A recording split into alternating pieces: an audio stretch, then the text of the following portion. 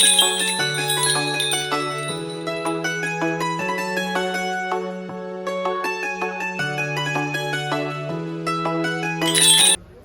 સમાજ જે છે શિક્ષણમાં એજ્યુકેશનમાં કેમ પાછળ છે એનું તમને કારણ કહું.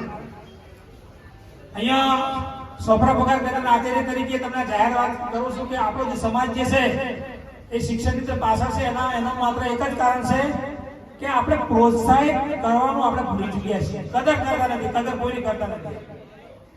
બીજા સમાજ જે છે ને, જે વ્યક્તિ આગળ જતો હોય કે ગમે તે સંસ્થાની અંદર નોકરી કરતો હોય એને પ્રોત્સાહન મળે છે, કદર થાય અને એને બિરદાવવામાં આવે છે, એના વખાણ કરવામાં આવે છે. એ વ્યક્તિ પછી બધાને આગળ લઈ જાય. અહીંયા શું થાય છે સમાજની અંદર, આપણે એકબીજાને એને નીચે ઉતારવાનું, એને અપમાનિત કરવાનું, ઈર્ષ્યા વૃત્તિ, આ બધું આપણા સમાજમાં ઘરે કરી શકે છે. અને એટલા માટે જ આપણે પાછળ છીએ. બાકી આપણી ખમીરબંધી પ્રજામાં તાકાત ઘણી બધી છે, આપણે ધારે કરી શકીએ છીએ. આપણો ઇતિહાસ છે અને ઇતિહાસ પણ સાક્ષી છે. જે ક્ષત્રિય વીર પુરુષ છે આ સમાજ માટે, આ સમસ્ત જગત માટે, આ દુનિયા માટે જે પુરુષાર્થ કર્યો છે અને વિશ્વની અંદર જે ધરોહર પેદા કરી છે ને, એ બીજી સમાજની કોઈ તાકાત નથી. અને આટલો આજે આ ભારત દેશની અંદર 54% ઓબીસી સમાજ, ક્ષત્રિય સમાજ છે, તે છતાં આપણું અહીંયા આજે નો વેલ્યુ થઈ ગયું છે. એનું કારણ ફક્ત આપણે પોતે છીએ. આપણે પોતે જવાબદાર છીએ. કોઈ ચર્ચા કરતા હોય એટલે નક્કી થાય અને વળી પાછા પ્રતિપ્રશ્ન ઉભા થાય, વળી આપણે એને એ કાર્યને આપણે નિષ્ફળ બનાવવાનો પ્રયત્ન કરીએ. એવું ના થવું જોઈએ. જાહેરમાં જયારે ચર્ચા થતી હોય એટલે એ બધું કહેવાની છૂટ હોય, પણ જયારે નક્કી થઈ જાય એટલે પછી એની અંદર આપણે કોઈ ચર્ચા હોવી જોઈએ નહીં.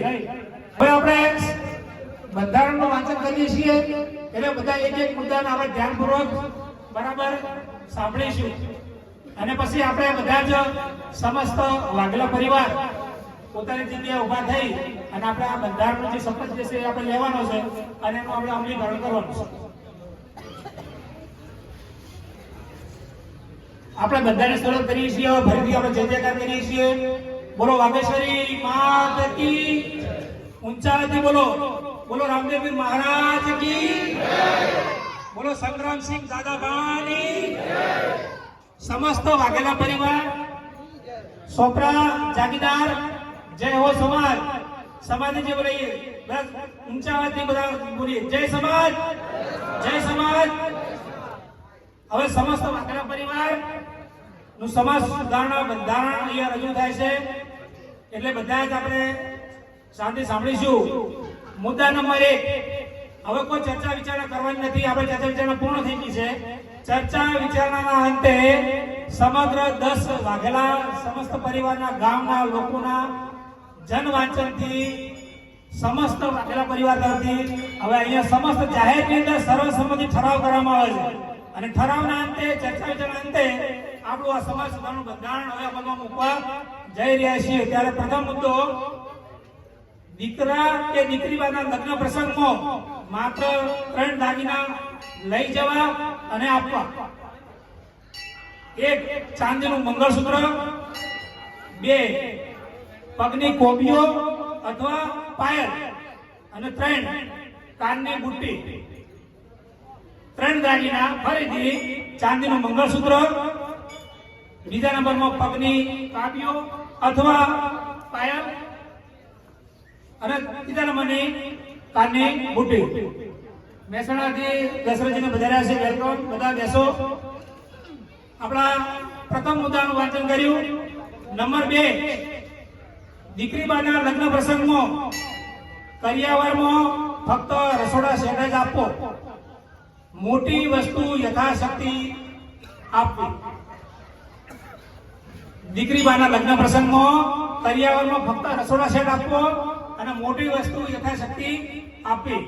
નંબર 3, દીકરા દીકરીબાના લગ્ન પ્રસંગમાં સગાઈ પેટે માત્ર 1100 રૂપિયા ઉડમણું આપવું અને લેવું. દીકરા દીકરીબાના ચોલા પ્રસંગે અને લગ્ન પ્રસંગે સગાઈ પેટે ફક્ત 1100 રૂપિયા આપવાના, ઉડમણું આપવું અને લેવું. 1100 રૂપિયા ઉડમણું આપવું અને લેવું, ફક્ત 1100 રૂપિયા.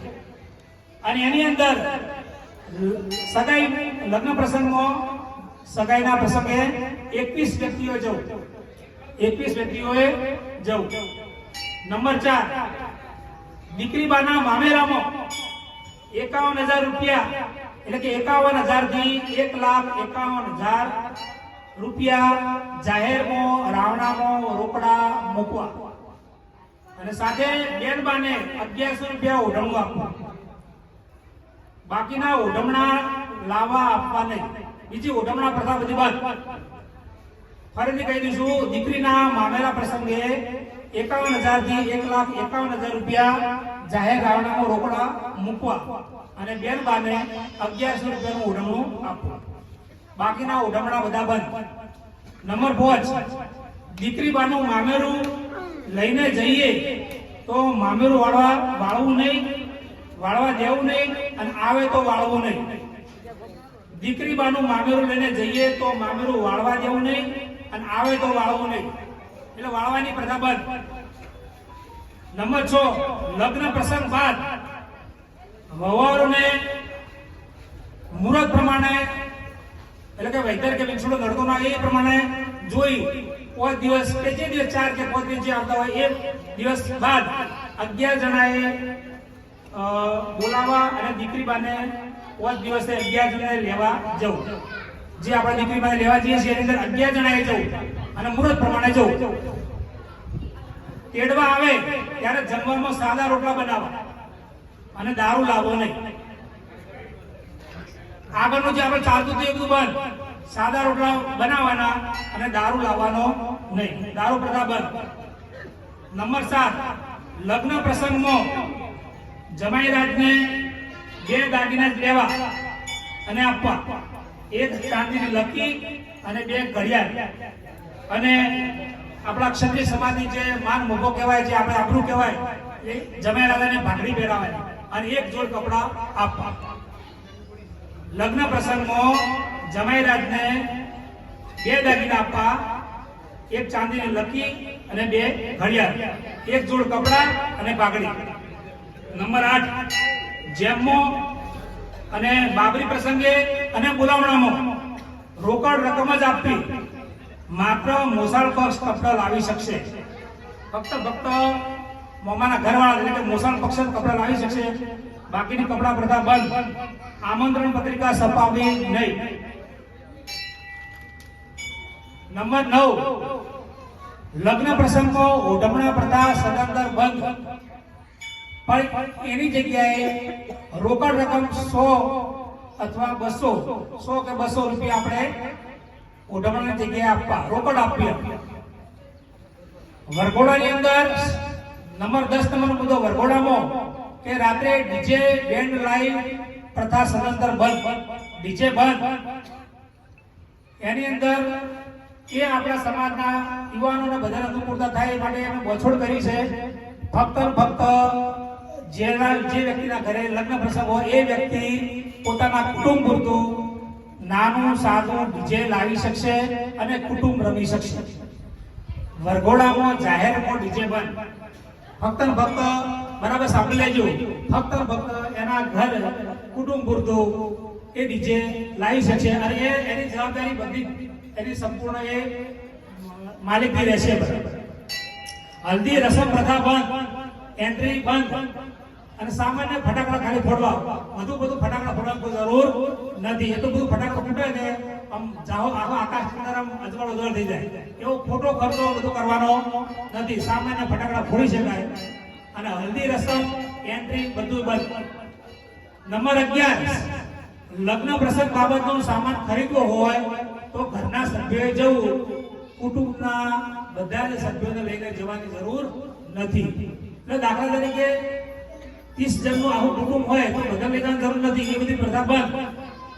ઘરના સભ્યો એના જે નજીકના એકદમ હોય એ 500 જણા ભેગા થઈ અને લગ્ન પ્રસંગ સામાન એ લાવી શકશે. એટલે બધાને જે લઈને આપણે જતા હતા એ બધું બંધ. ટ્રેક્ટર ભરીને જતા હતા ને એ બધી પ્રથા બંધ. નંબર 12 લગ્ન પ્રસંગ જેવા કાર્યોમાં દારૂ પ્રથા સદંતર બંધ. દારૂ પ્રથા સદંતર બંધ. નંબર 13 દીકરી બા કે દીકરાના સગાઈ વખતે મહિલાને મોબાઈલ આપવો નહીં. મોબાઈલ પ્રથા બંધ.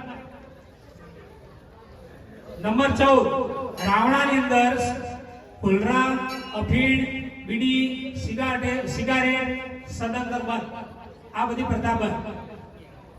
નંબર 15, જાન આવે તો જુગાર રમવા દેવા નહીં અને જાનમાં જઈએ તો રમવું નહીં. નંબર 16, મરણ પ્રસંગમાં 12મા દિવસે ફક્ત ને ફક્ત કઢી ખીચડી રાખવી. આપણે જે મિષ્ટાન બધું બનાવતા હતા એ બધું સદંતર બંધ. આ બધા એટલા માટે છે કે આપણા ખર્ચામાં કાપ ખર્ચા સદંતર બંધ એટલા માટે. એટલે ફક્ત કઢી ખીચડી રાખવી.